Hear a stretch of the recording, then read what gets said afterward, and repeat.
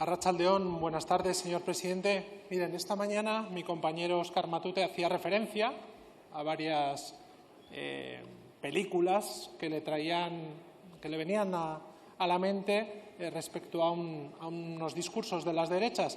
Y a mí hoy, escuchando a los tres portavoces, tanto del Partido Popular, de Ciudadanos y de Vox, me venía a la cabeza, no sé si recuerdan, aquella película Los tramposos, de Tony Leblanc. Una película que era de humor. Y claro, escuchándoles hoy a ustedes, reconozco que he sonreído, incluso me he reído a carcajadas en varios momentos, porque claro, empezando por el señor Edmundo, el mundo al revés. Señor Edmundo, ¿no se da cuenta que esta propuesta no solamente viene de Euskal Herria Bildu y de Esquerra Republicana? No, es que hay recomendaciones del Consejo de Europa. Usted, que es tan europeísta y un fino jurista, parece que olvida no solamente la jurisprudencia del Tribunal Europeo de Derechos Humanos, que el señor Sánchez ha interpretado a contrario, las tres sentencias condenando a España por ir en contra del artículo 10 del convenio las ha interpretado a su manera, nos hemos reído un buen rato, pero es que olvidan que es también la comisaria del Consejo de Europa la que ha recordado a España que tiene que derogar este artículo. Pero no solo, Naciones Unidas en su Consejo de Derechos Humanos ha solicitado en repetidas ocasiones a España que derogue estos artículos.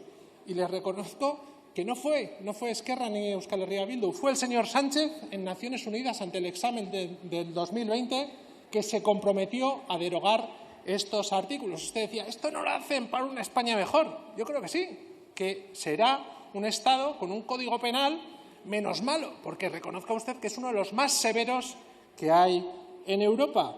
Y miren, aquí hay dos asuntos. Uno, que estamos hablando de una institución superprotegida ya, superprotegida, inviolable e irresponsable en todos sus actos, ya sean personales o institucionales.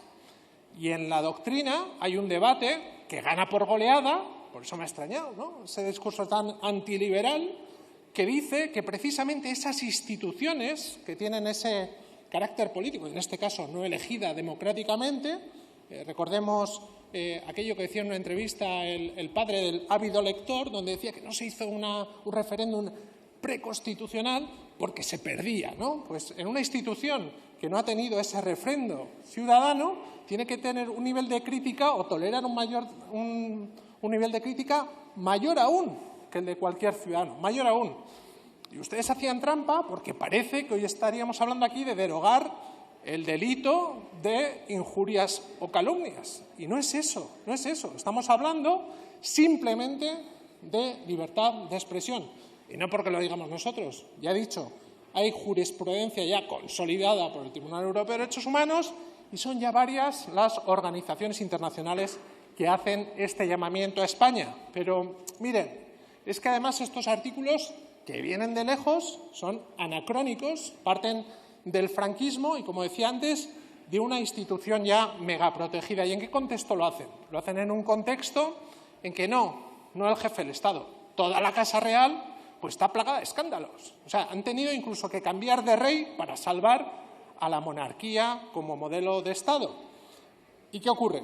Que al mismo tiempo, como decía el señor Botrán, pues hay un rapero que está en el exilio y fíjese, decía uno de los portavoces, no, es que hay en otros estados, hay también artículos que condenan de mayor manera los delitos contra la jefatura del Estado. Pues Bélgica no solamente se ha negado a entregar a España por el delito de injurias contra la corona al señor Valtonyc, sino que su Tribunal Constitucional ha reformado una norma relativa a las injurias a la corona en Bélgica. Esto es, la sentencia del señor Valtonyc ha ayudado a progresar, a mejorar la legislación en Bélgica. Por eso es de sentido común, en este momento que hay otro rapero encarcelado también por un delito de injurias contra la corona, que ayuden estas medidas a mejorar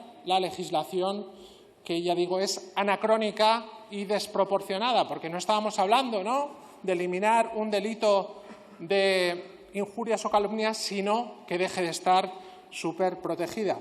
Mire, el señor Valtonyc se le condena por una frase que es «los Borbones son unos ladrones», dicha en el siglo XXI.